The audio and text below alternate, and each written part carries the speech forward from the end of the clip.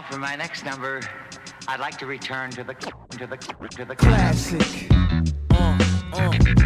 Coming to you live from Kin HQ. Yes, off the record. Brought to you by your host, Alex Larson. We're in there. We haven't done any of these, and we've talked about doing this for a long time. Just sending the podcast. This room has always been primed and ready. You know, we're doing it, and here we are. Yeah, it's good. I think right now we're seeing a lot of different things in the solar industry specifically, and I feel like we always are, having chats and kind of just like going off on where we see things, and just because of our experience in different ways in the sales cycle and everything like that in the industry. But we've always talked about doing this, like you said, and I think it'd be really important, just for context sake, to kind of just like rewind and just go over, where I guess we've come from, but also, how we saw things differently back then, when we first started solar, but even like in our background in sales too.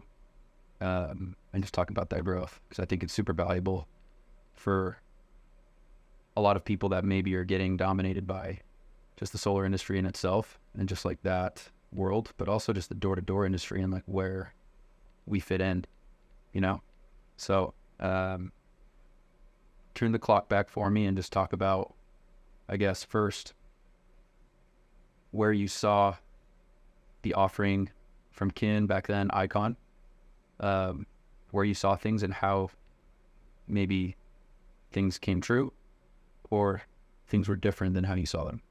I mean, it's crazy, like, even just you kind of prefacing that question, that topic, where my mind took me over the last 3 years and how far we've come, and how fast things have changed and evolved, not just from a company, but the industry, solar, door-to-door. It's been a wild 3 years. Yeah, it really has. And, having had experience myself, I feel blessed that I've had experience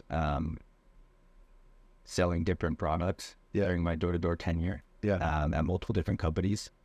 Having had the chance to be around people that were trying to build a smaller company our first couple of years in the space, watching leaders grow and evolve, develop, recruit, and try to turn into something bigger. And then my second product, when I sold alarm systems, I worked with what we know to be kind of the door-to-door mecca, right, at Vivint. So I had a really, really cool opportunity to kind of have a first-class seat, watch firsthand some of the best leaders in the entire industry do it at an extremely high level.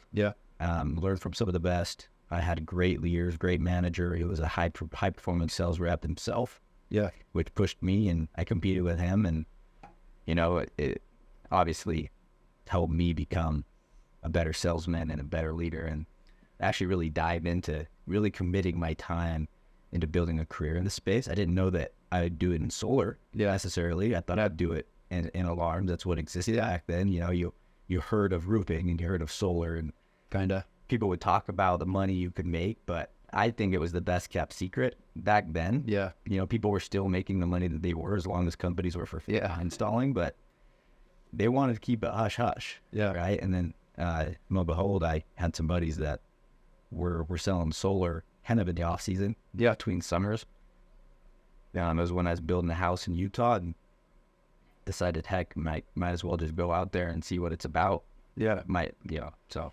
And I think it's important to, like, I feel like too much in the solar space, you get a lot of people that are just like crazy solar bias, and it's just annoying to listen to. Even for me, I just like hate listening to that kind of stuff, And I think one thing that's unique about us is we have done other things, and we've been around the block, and we give a whole hell of a lot of credit to, the spots that we were at before this. Because they're different, right? They teach you different things. And I think for me, one thing that I've noticed is people that only know solar have these massive issues. People that only know, and haven't come from different offerings have massive issues, where we look at that as like a gap to grow. What would you, before we go into like the deep dive of like what things have changed with, Ken and everything there. I want you to kind of, in your eyes, what are the biggest things that you learned from pest control? If you had to sum it up, I'd say first work ethic. Yeah. We work real hard. Yeah. Right. And it's not just during the summer. You're grinding in the off season. You're recruiting, building, spend every day at the office. You're around your leaders. You show up at 9, 10, 11 after going to the gym. You're just a young, early 20s, and you don't really have any other responsibilities in the off season. So Yeah. sometimes just roll out of bed, go to the gym. You're at the office by noon, and you see that the leaders, the guys that are the market managers, the owners of the company, they've been grinding in the office since power 8 or 9, and they're there till 8 or 9 at night, all off season. And honestly, it's work ethic. That in the summer you're grinding 9 to 9. Yep. The best guys in the company are getting their first sales before 10. Yeah. And they're getting their last sales after 8 or 9. It's just, and it's every single day in the entire summer. So definitely grateful for the work ethic, and I think also just urgency on the doors. I learned very valuable sales skills. Yep. Selling pest control for sure. Yeah. You're getting a credit card. You're having a bill to someone's plate. For me, I learned volume. Yep. In pest control, because you have to, as well as recruiting and things like that. But that was kind of lead into my next one is, what'd you learn doing security? Yeah, it's funny. I've actually when people ask about my experience and where I come from, and, when I'm either interviewing a rep or kind of talking to a new team, I'll always tell them I'm grateful for my path of progression. Yeah. I don't think you have to go through that path of progression today. Yeah. To benefit wholly from solar. Yeah. Or from other high potential offerings that are in the space. But I'm super grateful for my experience, right? Yeah. Because in past, I really learned how to work hard. In alarms, I learned how to sell. Yeah. I learned how to actually sell a product, how to negotiate, how to never split the difference, right? Yeah. Get a In-house. in the house, getting in the house, really being able to Not even that pest control at all. how to create a moat, typically, how to lead a customer, how to take them through a straight line, and I also really learned, I learned kind of like what people are okay with as well. Yeah. Right? Like how people need to be guided. They don't need to be sold. They need to be guided to the answer. Yeah. And to the solution. Alarms really helped me learn that. Yeah. That's cool. And so you kind of marry the two, right? If you can work really, really hard, and if you kind of have that pest control urgency and that attitude, that young bud, like, let's go out, let's get after it. It's kind of a competitive environment. It's a locker room environment. Yep. A lot of young dudes that are just trying to get after and make just, $20,000 to $50,000 their first year, and they go rip. Yeah. They have a good time doing it. And then you translate that to alarms and getting inside of a house and having to walk a customer through a presentation and how to create emotion and how to overcome objections, how to create urgency, how to, there's a lot that you get from this more products. So you're having to really use your brain to try to solve the customer's problem. How many windows do you have? Let's look at your doors. Yeah, do you want some cameras? Very different examinators. If you want 30-day recording, here's other smart home gadgets. There's a lot that you're then off. There's a lot on the menu. So you marry those two things, really the sales professional, right? Sales excellence, and then the hard work of pest control. It really helped me, I think, have a leg up when I transitioned to solar. And what was your experience initially when doing that from, for the first, what was it, like 7 years that you were doing, or what was it? 6 or 7 years. Yeah. In those two industries and then moving into solar. Like, what was that? Did you find that easy? Did you find it hard to transition? Yeah. It translates. It translates, right? Yeah, it translates. I mean, it's the same thing. If you can sell somewhere, you should be able to sell anywhere. Not everybody can, but yeah. It's not the product or, it's ultimately, are you able to, if you truly develop good sales skills and you understand the habits that go into it and the mindset that it requires, then you should be able to it's not too difficult to leap in any product or industry. Love that. So, you were where, Pensacola? when you decided. In Pensacola, Florida is where I started solar. Yeah. And that was just an off-season thing. Like, I was fully committed to selling alarms the following summer. It was just going to be, hey, my house is being built. If I finish, we were wrapping up my summer in Washington, D.C. at that time. Yeah. And I knew that if summer? back to, Just have Summer or just have Scotty? just have Scotty at that point. Okay. I think we just had Scotty. We were Frank Naylor's listening. We were pregnant with Summer. Yeah, For real. No, we were pregnant with Summer. So, but yeah, we were pregnant with Summer, building the house, wrapping up my second summer at Vivint, where, if I went back to Utah, my house wasn't going to be finished until December, January. Yeah. So I need to figure out an Airbnb or some short-term solution in the meantime. And you just come off top sophomore, right? Yeah. Or something. Top second-year rep. Yep. At the company. And so, my buddy was selling solar in Pensacola, Florida. We were really good friends with them, and we figured, hey, if we're going to get an Airbnb somewhere, we might as well go somewhere warm, and might as well go make some money in the meantime. How did you...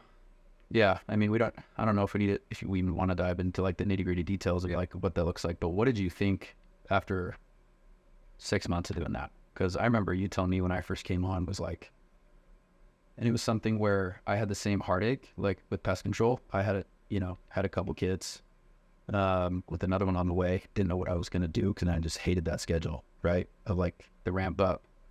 My wife hated living out in Market, never seeing me from 9 to 9. And so that was like one of the biggest stressors on my marriage, truthfully.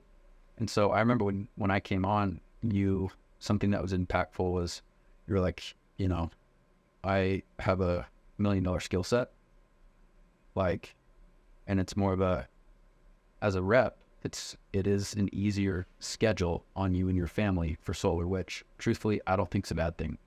Some people,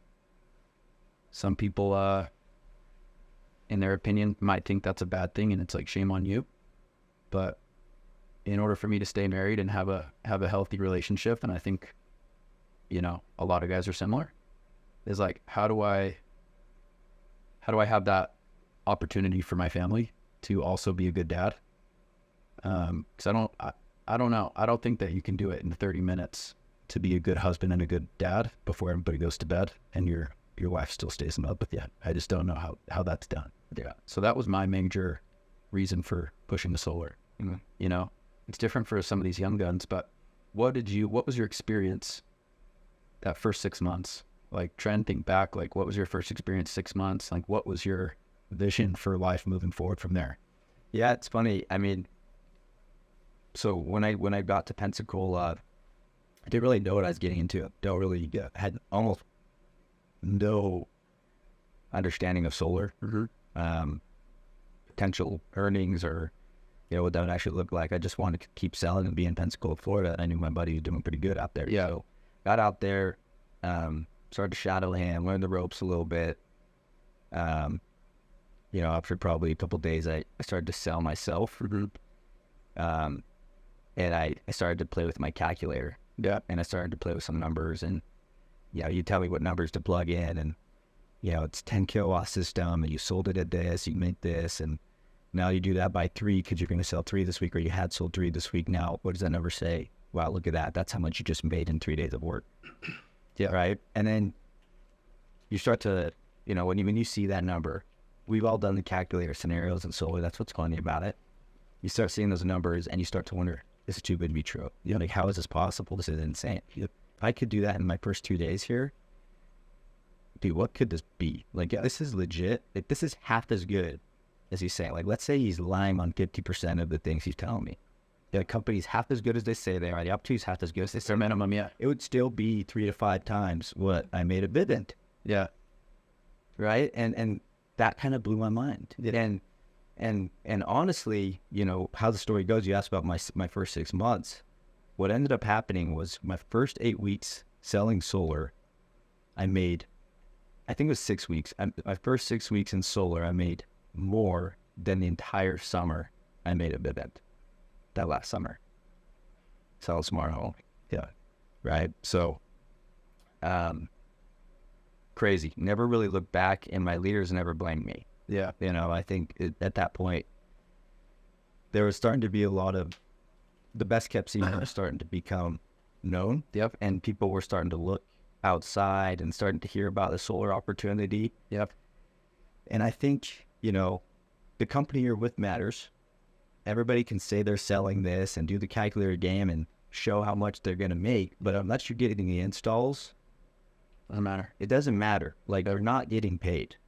It depends on installs. And so that's what, luckily I was with a company that was installing pretty well for me. Yeah. Looking back at it, it was crazy how much I was paid compared to what I should have been paid. Yeah. Like a fraction of the cost is paid like a setter as a closer. Yeah. And as closing, I was the whole team was wasn't paid, but and closing a lot, and had a low attrition, right? So Yeah. it's pretty crazy. But even then, I still made in 6 weeks what I made More than a lot prior in closers previous now as the top with software. the full stack. Yeah. Exactly. Yeah. So it was amazing. Never really looked back. It was a huge. It was so humbling. It was such an incredible blessing. I just remember like driving out of appointments. You know, it's in Pensacola, Florida. I mean, get emotional telling us. Military. Yeah. Tons of military, active military, young guys about my age with one kid, similar situation. You know, and they're just active military. They're getting deployed. They just got back. You know, we all know what the income is of these active military, and super grateful for them. But I just remember thinking how, you know, I'd be going home on a Saturday night, having saved an active military member $15 a month on his utility bill, and he was in tears about that because any dollar you can save is going to go towards being able to provide for his family. Mm-hmm. So he was emotional about it, and I just remember driving away, realizing that I think it was my 12th close that week, that I had made more that week than he makes in a year serving our country. And so it was like the first time in my experience where, you know, my door-to-door experience in my career, that I really got emotional about the opportunity. Yeah. And what this could mean, not only for me, but, you know, for others and for people like him. And so we started to recruit even military people and people that wanted to work when they're not, you know, and, you know, I don't know how it works in the military necessarily, but they have their little time off. Yeah. You know, where they go out and they can do other things, and so they can work with us. And it's just been such a blessing. Yeah. Yeah. I get emotional. I at least get chills every time I hear you tell that story, because it is true, you know, how that is. But okay. So, you know, I think a lot of the reason that we hop on these things and want to do these has been just because we do feel like we have a pretty sound voice, and or maybe not super biased, and we're not just like come work for our company all the time, which maybe we need to be a little better at. Who knows? Where do you think the space has gone since, you know, I started doing it in fall of 2020, and through 2021, we have this mass exodus from, it seems like, every other industry in the entire space, except ours. What do you attribute that to? What were your thoughts then? You know, like, recap for that. You recap that. Come into solar? Yeah, like, why did that happen, and what do you attribute that to? And I mean, it was pest control, it was security. Everybody wanted a taste. Take me back there. It was the hot thing, right? Yeah. Everybody's posting numbers, they're posting commissions, they're giving it a whirl, and they're being told all of these potential, you know, how much money they could make, and start to get a bunch of sales, and they start to do the calculator thing, and they start to say, dang, if this was true, I gotta get all my buddies over here. Only to find out their company's probably, you know, if they lived up to their end of the bargain, if they were able to actually get glass on roof. Yeah. Or not, that depend, you know, that's obviously gonna define their experience. If they decide, you know, if they went back to where they were prior, or if they're still in solar today. And if they're still in solar today, they're probably jumping around. Like, that's just what solar has been. Solar is incredible. Yeah. Solar is amazing if you can get glass on roof. Yep. If you're with a company that is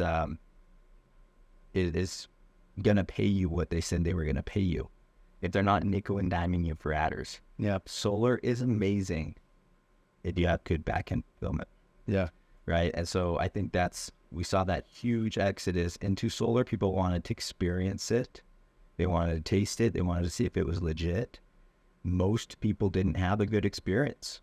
They weren't used to, you come from other products where, you're taught a really valuable skill set and you get a same day transaction. You transition into a home or you're on their porch selling them a service. Next thing you know, the tech is pulling up to install their alarm system or spray their house with pest control. Yeah. And it's an immediate transaction. So you get that dopamine hit. You just made some commission. It's kind of locked in. The customers typically won't cancel after they've been serviced. Yep. So it's a lot easier on your emotions for the most part. Whereas in solar, good salesman can sell anybody off of emotion. Yep. But it was worse then than it is today, but it took 6 to 8 weeks on average for an install. Yeah. And in other industries, and even in solar, sales reps just aren't taught how to manage customers. Yep. They don't know how to build a good relationship. They're going to have a great relationship with that person for the 30 minutes, the hours, whatever it takes to get a sale and get a transaction. They'll wear that smile on their face. As soon as they walk into the house, most salesmen in door to door, they kind of just sell it and forget it. Yeah. In a sense, and everything else is taken care of by the tech or fulfilled by the company. So that doesn't necessarily translate to solar. Yeah. I always said back then, I said, look, solar reps are more like real estate agents. Yep. You have to treat customers like a real estate agent would. So give them a gift basket, Yeah. right? Go sell them on emotions. Go justify it with logic. String them along tons of logic, right? Because it's a very logical sell. It's less of a sell than it is teaching, educating our customers. Yeah. Telling people who don't do it or people who don't get it or don't qualify. Yep. And then, that starts the sale. But the transaction takes place when glass hits roof. Yep. And that can take 6 to 8 weeks. Yep. So you have to manage your customer's pipeline. Give them a gift basket, buy them a gift, stay in touch with them, hit them up when, they're an Alabama fan and Alabama's playing on Saturday night. They get a big win. Hit them up and say, hey, roll tide. You've got to make sure you stay in touch with your customers. And I think that's the biggest thing. I told you guys, pest control taught me how to work hard. Smart Home taught me how to sell products, really, to develop really good sales skills. Solar, helped me treat it more like a career and a profession, and help me understand the importance of the customer relationship. Yeah. You know what I mean? Yeah. So, Customer service. Yeah. and I think that's where, we can get into it, but I think over the last 3 years, there's obviously been a lot of ups and downs in the space, and in solar specifically, a lot of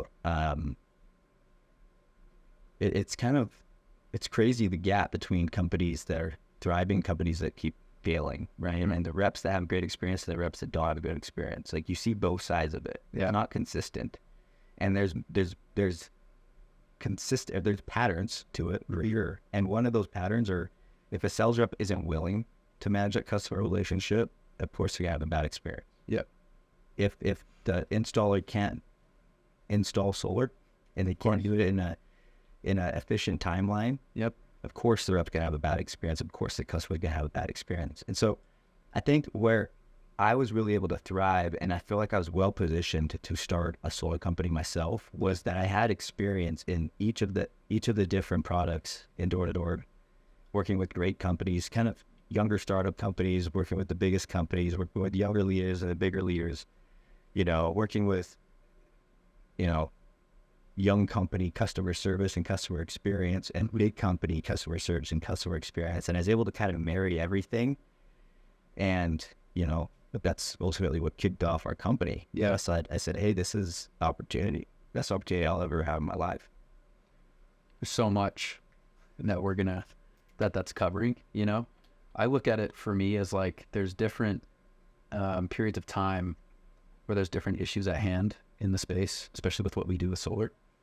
I remember when I first started, we thought it was negligible almost to sell anything at a 3.5. Do you remember that? Yeah. I remember you telling me that specifically, right? It's like, I don't know if we should do that. because I did it once. And you're like, that might be too high. I was like, dang. Okay. So it's like, to me, it's like first, I remember coming in and learning like the ethics of it with solar, right? Because at first you come in just like commission hockey, right? And then I remember at the time it was in the industry, in order to make more money, right? If it was like capped at like a 3.3, which I remember it was, you had to be really good at selling APR, pocket more commission, you know, which in my opinion made us and like the first group of guys that we had as closers really, really good at selling with almost no savings, you know, building value. Yeah. Like people, I think a lot of times sit back and say, you know, in early 2021 and late 2020, it was like just easier to sell. But I mean, the people that are paying in Florida, for example, you know, 23 cents, 25 cents a kilowatt, back then we're paying 12 and 14 cents, but less than that. Yeah.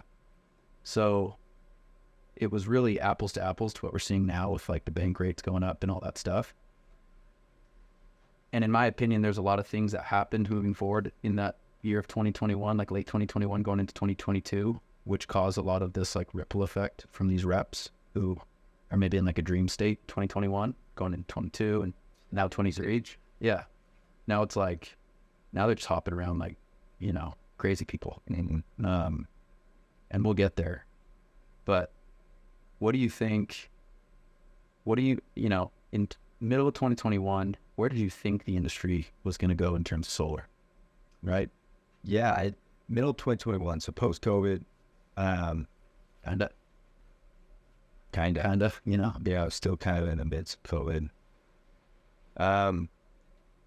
Man, I knew it was the future, and I knew that it wasn't just a fad and that people would do it. You know, everybody then, if you were leaving to go sell solar, your leader was probably telling you, it's not going to be that way forever, right? They go ask to see their 1099s, go see what they're actually making, Mm-hmm. you know, and I was told the same things. And in a lot of ways it's true. Like, find me something that stayed the same forever. Yeah. There's always regulation that comes in at some point. Mm-hmm. But if it's not going to be this way forever, why wouldn't I do it? Mm-hmm. And why wouldn't I take advantage of it while it is this way? Yeah. And where I was at in middle of 2021 as a business owner was, it's not going to be this way forever. And if it does, great. If it doesn't, how do I make sure that we and Kin and Icon at that point, right, but Kin today, Yeah. that we are positioned to thrive in an environment like that, and for our reps to continue to thrive upon some sort of change. Yeah. And that's where my head was at, right? And I knew at some point, you know, we have a motto, we have a saying at our company, it's kind of postered everywhere, which is become the one. Yeah. And that means all sorts of things, right? Like, individually, become the best version of yourself. Become who you're destined to be. Just the father, best husband, best friend, right? Become the one, right? As a company, what that meant to us was we're becoming the one. Becoming the only option. Yeah. At some point down the road, right, we knew that there was going to be a shift in the environment, a shift in the market where EPCs, installers would struggle, primarily because dealers are jumping around and they're getting squeezed out of certain states, certain markets. I said this all the time back in 2020, 2021. I always say at some point down the road, guys, it's not that solar won't be the same. It's that if commissions do come down, right, and you have a dealer versus an installer, they're both going to protect their margin. So what's going to end up happening is EPCs are going to get squeezed out. Mm-hmm.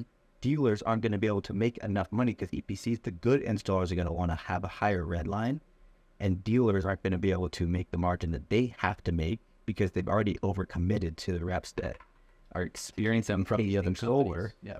And so what's going to end up happening is, you know, there's going to be a lot of jumping around from the dealers, and these EPCs are going to have to roll into thriving companies that have sustainable in-house sales. I'd always seen that since the very beginning playing out, and so our vision was to become the one, become the only option, right? So our first year in sales in 2021, we were a dealer. We had a good partner. We had a good installer, somebody that we knew could fulfill. They'd get glass on our roof, and they'd pay us what they said they were going to pay us. It was always the plan for us to go build out our install company like as soon as we had the capital to do so. Yeah. And so all of that, our balance sheet, our bottom line, dude, our it went directly that second year to getting out our vertically integrated operation so that we could bring installs in-house and continue and start to work on that so we'd be primed for today's environment. Yeah.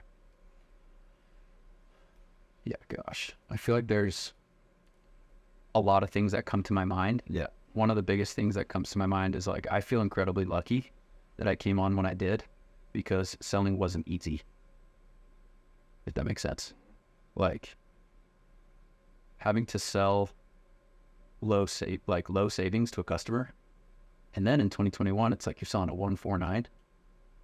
It's like free money to a lot of buyers, and then it gets tougher.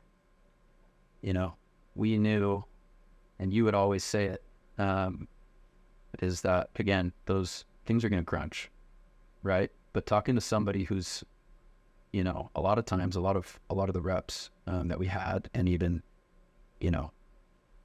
didn't have yet, it was hard to preach that because they had no experience with other things. I feel like a lot. Yeah. And so it's like you're talking to a stubborn kid. It's like I'm talking to Aussie and she has no idea what's going on, and she's 5 years old and I'm just telling her what's going to happen, but she's got to go figure it out by herself. Commissions crunch, right? Bank fees go up, makes it tougher to sell. If you're not, utility rates go up, right? To somewhat mirror, but not fully. For a lot of these guys, like, it became much harder to receive the income that you were getting in, January to June, April, or 21. But for some reason, I feel like as a group, we really thrived through that period. We had an incredible year. Going into 22 and 23, where do you feel like things went from there, right? Because you have that vision that you're talking about of everything's going to crunch. We have to be the only option really viable in solar. That's seeing that happen. A lot of other companies are maybe over leveraged. They're taking out massive debt because they're a national company. We're still small enough to pivot, but we're also going vertical with no debt, right? Yeah. What's 2022 like? Yeah, it's interesting because at 2022, I remember tons of opportunities for us to bring in big sales orgs. Yeah. Massive dealers that wanted to come in-house. And as a sales rep myself, and for, we don't necessarily define our successes, and the game isn't your bank account. The game is sales. Mm-hmm. How many sales did you get? How many recruits do you have on your team? Yeah. Right. And so for a sales guy like me, as a high-performing sales rep, the game for me is, as a business owner, is how many reps do we have? How many reps how are we growing? How many sales are we getting on a daily basis, a weekly basis, a yearly basis? How much revenue are we generating? And so, of course, there's a ton of the temptation in 2022 to bring on the sales dealers and these big orgs that needed a safe haven, somewhere to join that was going to provide what they were looking for. Yeah. I think for me, dude, like, understanding and having a long time horizon, knowing what it would take for us to become a company that could provide that kind of experience to a large scale, a lot of different reps and orgs that came in house. Our operation wasn't where it needed to be. Yeah. It just wasn't. I knew what we could fulfill. Yeah. I knew what expectations we had set with our 150 reps at that point, mm-hmm. and how we would be able to retain them and continue to develop them and build organically. Like, I knew the expectations that we delivered to them. Yeah. And on the other hand, me having been building an operation, I knew what we could actually fulfill. Yeah. And what we could maintain. Yeah. Right. And I never wanted to bite off what we could chew. I didn't want to dilute that experience to those reps, because that would just be, that'd be Cold War Z. Yeah. Yeah. It was 2022 was interesting. There's always temptations to grow quick, but it was always, I think I'm grateful that we were disciplined. And I feel like that's actually been key to us, is that we always stayed disciplined in our growth. Yeah. Yeah, that's huge. Man, when it comes to 2022, I mean, I tell a lot of people even today, because I feel like now it's like all the fad to try and go vertical. And to be completely real, I kind of chuckle. Because I just know how very few people are as disciplined as we were at that time. I mean, I don't know if right now is the best time to go take out a freaking build lump sum of cash from a bank. Good luck paying that back as a business that's a cash flow business that's not a, you know, recurring revenue business. And it's just funny now seeing like where things are going to go for a lot of these companies. So going through 2022, through the tail end, we really started to pick speed back up. Operations was amazing. Going into tail end of 2022. We had some growing pains. We pushed out Texas. We pushed out some states that, you know, we wanted to stretch ourselves as an operation. Yep. And I mean, the first few months in Texas were not ideal. Yeah. Like, you were part of that. Yep. It was not easy. It wasn't easy for anybody. Yep. It was, I mean, and what most people don't know is that Kin is we've gone through basically at least 2 full in-house like employee groups. Yep. Of experienced solar operations employees. Yeah. Different directors, they had different experience. They were, you know, we had to get them out of the way so we could, you know, because we ran into some problems, we needed to bring somebody else in and had different experience and different solution, only to find out it was kind of the same thing, blah, blah, blah. And you know, that they were supposed to solve the problems that we found ourselves in. Yeah. It was a huge struggle. And so pushing out that Texas branch, it was really our hope that we'd be able to deliver a consistent experience to the reps that just had left Florida. Yep. It was not good. Yeah. It wasn't good. And that was the tail of 21 going into early 22. one of the, you know, as a business owner, like that's like one of the very first experiences that I had where, you know, I was on the highest of highs, building the thing for the first year and a half or so, and go to Texas. It's super, super exciting. We're finally branching out around my state. We're growing. I can see this thing happening. Only to, you know, not fail to meet expectations. Yeah. Only to fail to meet expectations to some of my best friends and some of the people that trusted me to go build out a new state for them and maintain that experience. And there's a lot of reasons that happened. Yeah. Extremely valuable lessons. Yep. That's like the biggest thing I learned in the last 3 years is like, there is just no chance I could ever do this unless I'd gone through kind of the bad. Yeah. And gone through some of the expensive lessons and some of the lessons that have, you know, and it's sad to admit, but have kind of hindered relationships, you know, gone in the way of relationships. And I think that's just the cost of entrepreneurship. Yeah. But yeah, I mean, that's 2022. 2022 was a lot of discipline, but tons of growing pains. Yep. Tons of growing pains that were so expensive, hurt relationships. But ultimately, like, that gave us, I think, a solid foundation to, We got the blueprint solid to be 22. in my to go capitalize in 23 and beyond. You experienced that firsthand as a leader for us. As 22 and 23, it was like I was 100% installer. Yeah. Like, I would give a little bit of my time. I'd come out to market, visit the sales guys and whatnot, but I was always just a bridge between ops and sales because I just knew how important operations was. Yeah. You know, and I think, I mean, sales are coming in, so you're probably getting mentally and emotionally, just like run through. Well, and that year when you're figuring that out. Totally. And you asked, like, where was I mentally in 22 and 23, like where I see the industry in solar in general, like, it still wasn't figured out. Operations was never figured out. Yeah. Right? Like, it still isn't to this day. Yeah. Nobody really done it right. Yeah. But everybody was trying. Yeah. You know, 22, there's a lot of growth, tons of dealers starting up, dealers that were bringing in, you know, trying to stand up their own install operation, kind of falling on their face. Some of them succeed.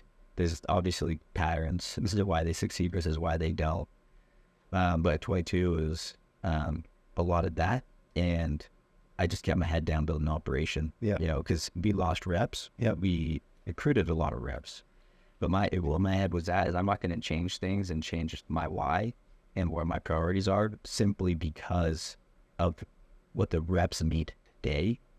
Right. It was more, I want to become the one and be what the reps need 3 to 5 years from now. Yeah, you knew where That's to why I'm go. able to stay disciplined. Yeah. I've always tried to maintain good relationships with people that have left, and I've learned a lot in that area as well. Yeah. Right. Yeah. As far as like the sales cycle goes with things in 22, was it hard, easy in your opinion? Like where was it at, if you can remember? Sometimes I have, struggles remembering fully, but No, yeah, I think it's all the same. I think the sales are the same. I think the reps are. okay. I just think that's the case. Like, even just prior, we were talking about something else. I don't even remember what we're talking about, but we're talking about, the different stages that the industry has gone through with people like mass exits to solar and wherever we're at today. The most important key there is sales reps that succeed at a high level are the ones that can adapt. Yep. They just are able to adapt. And I think having had the chance over my career to work in different products and different companies, I've never worked in the same market. Actually, only 2 summers back to back I worked in the same market. Yeah. But from then on, every summer was a different market. Yep. So I had chances to sell new products in different markets, different demographics, different buyer Culture. different emotions, different cultures, all of the above. Yep. And so I've learned how to adapt. I can translate. I can, the word translate, it's exactly what it is. I had be able to translate that in almost immediately to a new market, different customer with a different product. Yeah. And so, I think for us at Kin, it's never really been a struggle to adapt to some of these changes that we see in the solar space, just because I think that's the kind of rep we breed. Yeah. But the reps that don't succeed here, or the reps that don't succeed in solar, are the ones that they succeeded probably at a high level early on when interest rates were 1%. Mm-hmm. Customers were paying, whatever it was, 15, 16, 17 cents, and you can give a customer $100 a month in savings. Mm-hmm. They were succeeding when, it was the markets, the states weren't having any regulations or any changes to their net metering policies, all of those things, right? They succeeded then, but as soon as things start to change, The adding the dollars ruining the pot in the neighborhood. Someone has a bad experience. Exactly. They go in there, don't let it go go. harder. There's more competition. Utility rates, do what utility rates are doing. Interest dealer fees skyrocketing, right? Eating into any savings you're getting customers. Yep. Right. Interest rates skyrocketing. All of these things. Like, the problem is the sales reps aren't able to adapt to that kind of change and find ways to build emotion, like still build logic with their customers and build emotional value. Roll with the punches. Those are the ones that haven't succeeded in solar, and they will never succeed. They won't succeed in solar. They won't succeed in anything that they're doing in the space. Like, I can guarantee you that. Yeah. Right. And so we've seen that. Yeah. To me, being a rep in the year of 2023 was a roller coaster. Frustrating at the same time because we have operations dialed, right? We're ready to go sales wise, and we did solid at sales, but you do get a lot of that scar tissue from some people, And 2023 was the year that I think a lot of the guys that came in 21 or 22 started to get smart. They had their first or second year. They probably pushed out a team. Yeah. Right. They hear of red lines. They get a lower red line. They hear that they can get over here. They get a sign-on bonus, or over here they get that, or over here it's this, or over here their installs are same day. Yeah. Like, I just goes to guy and my guy's on the roof installing it. They don't understand how that's possible. They just think it is. I don't understand the other variance point. Well, they just don't understand it's illegal. Yeah. First off, Yeah. to install without a permit. Yeah. They don't understand what costs go into having a lower red line.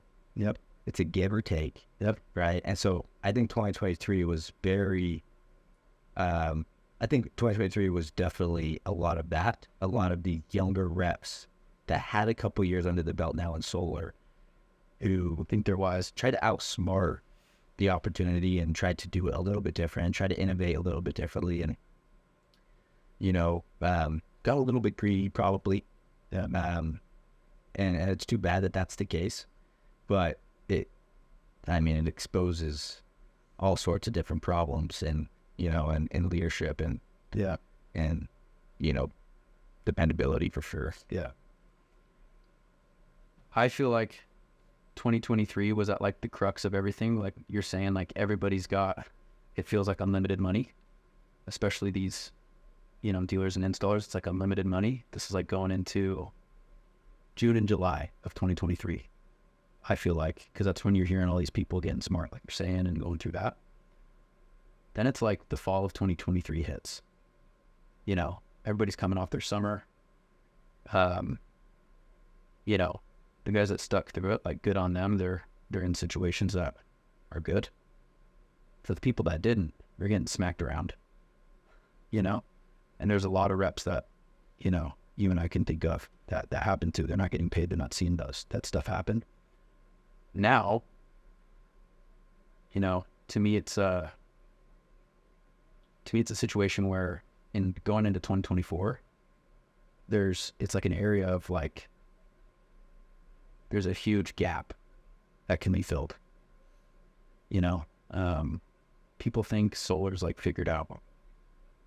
From what I see, there's a lot of people that have been in the space for a couple years and just door to door in general that think it might be, you know, a setter closer model forever or these different things just forever. You and I talk a lot about just like, how can you pivot, stay in the game for as long as humanly possible, right? Like that's the goal. You know, and maybe that's not even something we want to touch on. Like, you know, we can go anywhere we want with that, but where do you see things moving forward? Good question, right? I think everybody's going to try their own thing. They're going to try to innovate. They're going to try to make adjustments, capitalize on their strengths. I mean, it's funny. I don't think of competition. I think of collaboration. I feel like I have good relationships with a lot of other owners at other companies in solar. And that's something I really, really value. Yeah, right. And I really value us supporting and helping one another. We can all win together. Yeah, that's something I hadn't experienced prior. Yeah, you know, before coming to solar, that just didn't exist. It was competitive. It wasn't collaborative. And I think there's a way to have collaborative competition today.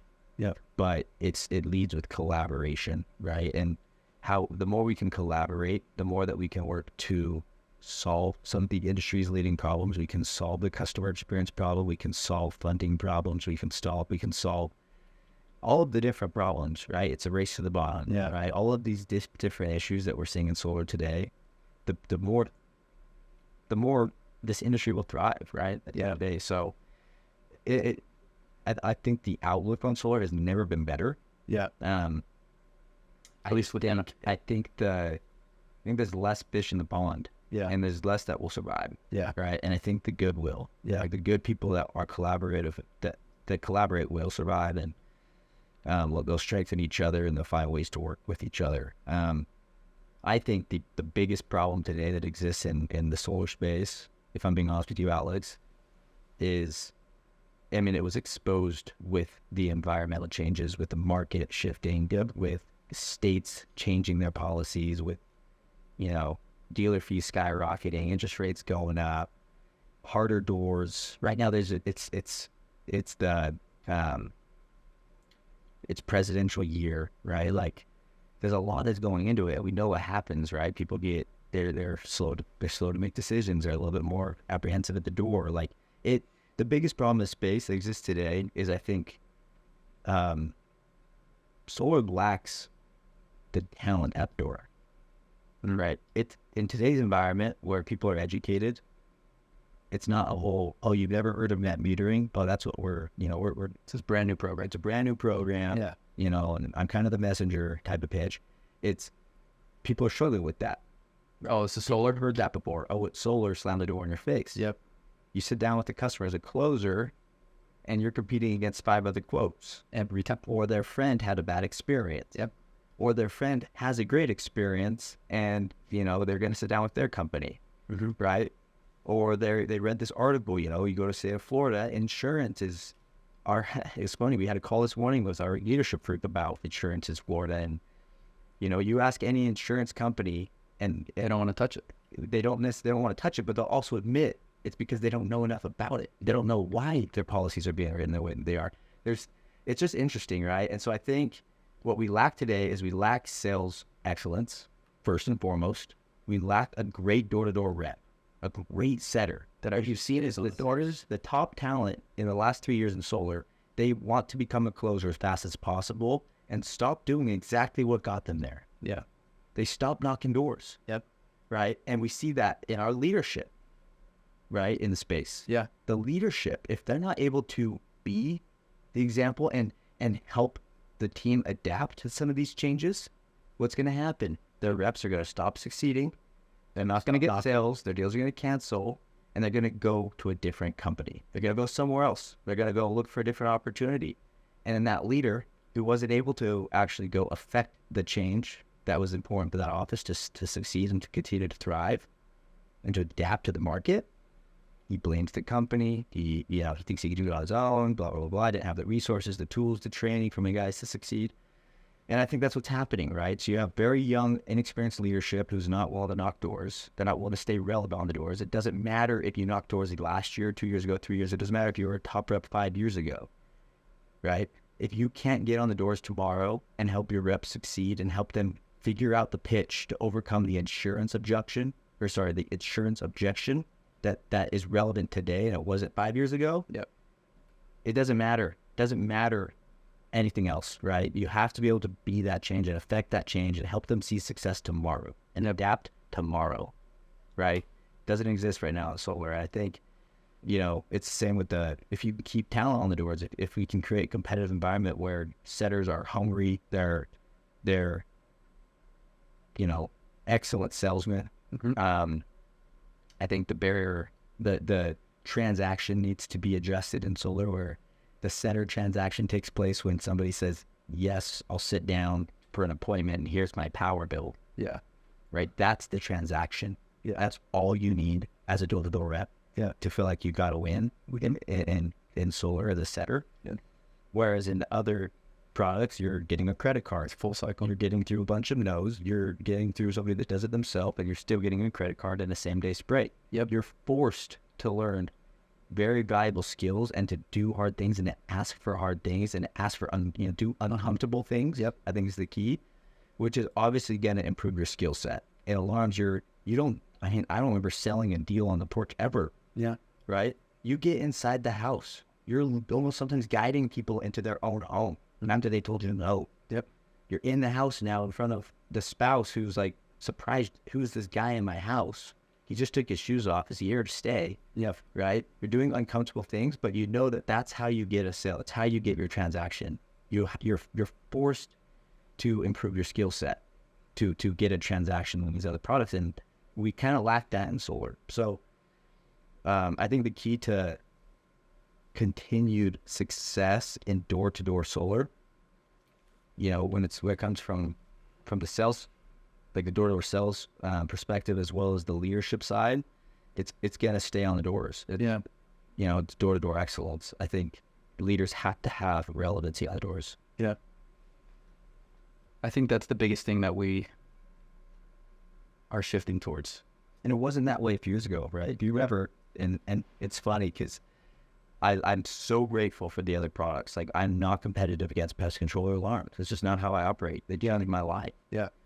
And it's funny because, like, I'll talk to some of my buddies that run pest control companies and whatnot, and, where they struggled to recruit against solar a couple of years ago, 2, 3, 4 years ago, was, obviously commissions. Mm-hmm. I can make this much more money if I just go over there. Per transaction. But I think the bigger one is, they're saying I won't have to knock doors. Yeah. They're saying if I go to solar, I won't have to knock doors. Yeah. Right? And I think that would be difficult to compete against back then. Yeah.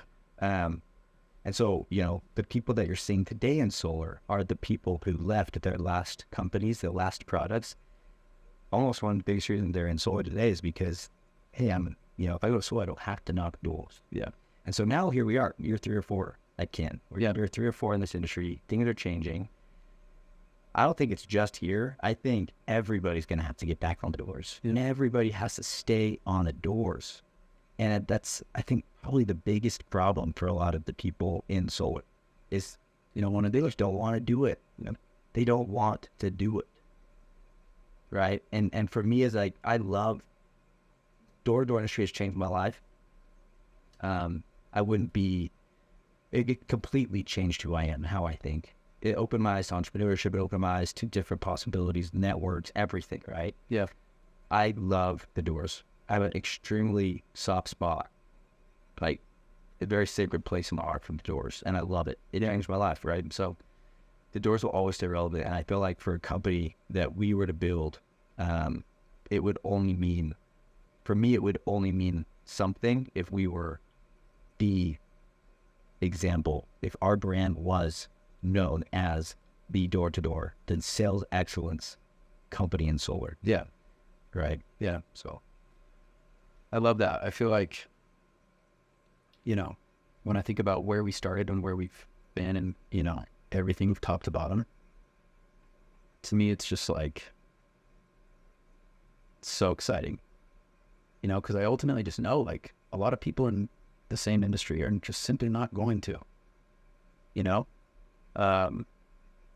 would you feel the same? Totally. So, other than that, I don't know what other topics that you'd even want to cover. Definitely. I mean, we could go on and on and on. We'll have more of these too, but yeah, I think we cover what we want. I just think it's so, the way things sit today, things have to change. And I think it starts at the individual rep level. It starts with the leaders. It starts with the leaders that are the cool kids. The cool kids got to be ready to look up to. Yep. The reasons that I looked up to the cool kids, the leaders early on in my career, was because they were the top of the leaderboard. Yep. They were the ones that were making it happen. They were working harder than me. They were out on the doors longer than me. Yeah. That just doesn't happen in solar. The cool kids are, the market manager who's controlling back end, who's managing pipeline, and it's the closer who's probably waiting in his car to pull up to an appointment that may or may not sit, right? Those are the cool kids. So if I'm first year, second year rep in solar, and trying to figure out who I should look up to, those are the guys I look up to. Mm-hmm. So if I want to be like them, that means I got to get out the door as fast as possible. Yep. Right. That's what success is, and that's where I'm going to have influence, and that's where I'm going to thrive and, continue my path of progression. Now it's being flipped on the way. Yeah. It's not the program, and we have to correct that. Yeah. You and I are going to have, similar viewpoints on things, a little bit different in certain ways. One thing that I think we can both agree on is that, it's a very unique time in the industry. My personal belief is that there's really only a few offerings in solar that make sense anymore. When it comes to transparency, not getting jacked around on commissions because you're pushing through a national brand that can just treat you like garbage. We hear that a lot, more often than not, from people that are at these national companies. They kind of just look the other way while they scoop off $1,000 off commish. They might have a sexy red line. Hey, it might be nice. Guess what? Theoretically, yeah, in theory. And then you have these people that don't control anything, and they're dealers, and they think it's going to be like that forever, but they don't have control of the stack, and they're going to get jacked around the second volume dips. And frankly, I just look at that, and I just don't see the sales caliber at those companies being able to provide the volume to keep those situations the same. So in my opinion, there's only a couple really good, worthwhile offerings. In a couple years, I think there's really only going to be one or two. How uniquely positioned would you say that we are in the space? I know we've gone over it, but how would you sum that up? Yeah, I think we are positioned right now, and this is the first time, I have been very adamant on recruiting a building, just because I knew when we were actually at from an operations standpoint. Holding off, you're saying? Holding on, really saying. Yep, totally. And it's interesting because now I feel like, and our sales group is phenomenal. Yeah. Right? They are top tier. We are good. Our operation, I think, has surpassed our sales our sales performance, like our sales excellence. Yeah. Which is like, that says a lot. If you know it, you know where our sales are, we're good. Yeah. Our operation is phenomenal. Yeah. We have the right team, the right back end process. I think we've been able to gamify our back end operations and bring a different element to it that's never been done properly. It's not blue collar. I'm a door-to-door guy. I'm a young buck. I'm a competitive athlete guy. You know what I mean? Like I have a different spirit, and I think that when it comes to being able to translate that to a back-end operation and bring that into solar, it just has created a different company that is positioned to go scale. And I think for the first time, you know, I think where my focus is building sales. Yeah. For the first time since August of 2020. We've said this before, but you feel like it's a restart. It's like you're starting the company over. Yeah, like our sales company just started. Yeah. It's not to undermine like what we'd already done with our incredible leaders and the sales guys we've already had. Like, it's two different positions out there. But we couldn't be where we're at. Yeah. They've done what we've done, and they've kept it going. Mm-hmm. They've kept us in the game, while I've been able to make sure that our operation, our foundation is there so we can go actually play the game. And now it's time to go play the game. Yeah. Right? So, you know, when it comes to the back end fulfillment, being there, getting glass on roof, doing it in a timely fashion, making sure, you know, we've been building awesome relationships with jurisdictions, you know, the utilities, inspectors, lenders, just everybody. We have great softwares, great resources, tools. We're working on our awesome training now that I can kind of focus on our sales side. It is there. We're ready to scale, we're ready to grow, and we're well positioned to bring in sales groups, dealers. I want to come in-house, and it's makes me anxious. Yeah. And excitement to go do this thing and make it happen. I'm excited to be focused back on the sales side. Fires me up. It's money. Fires me up. 2024, baby. 2024. We're gonna have this conversation next year. Yeah, well, it was 2024. We're gonna say that's the year we made it happen. That's when our sales company started.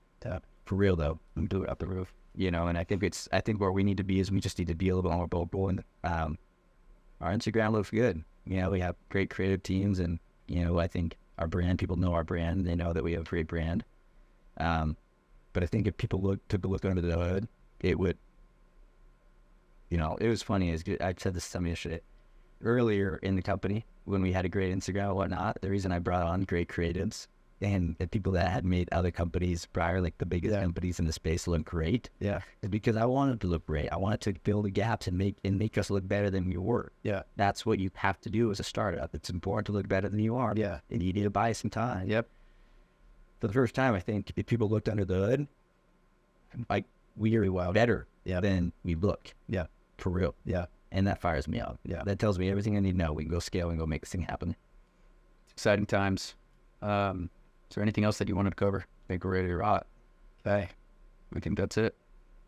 For anybody listening, we'll be having more of those. So let's get it. Bada bing, bada boom.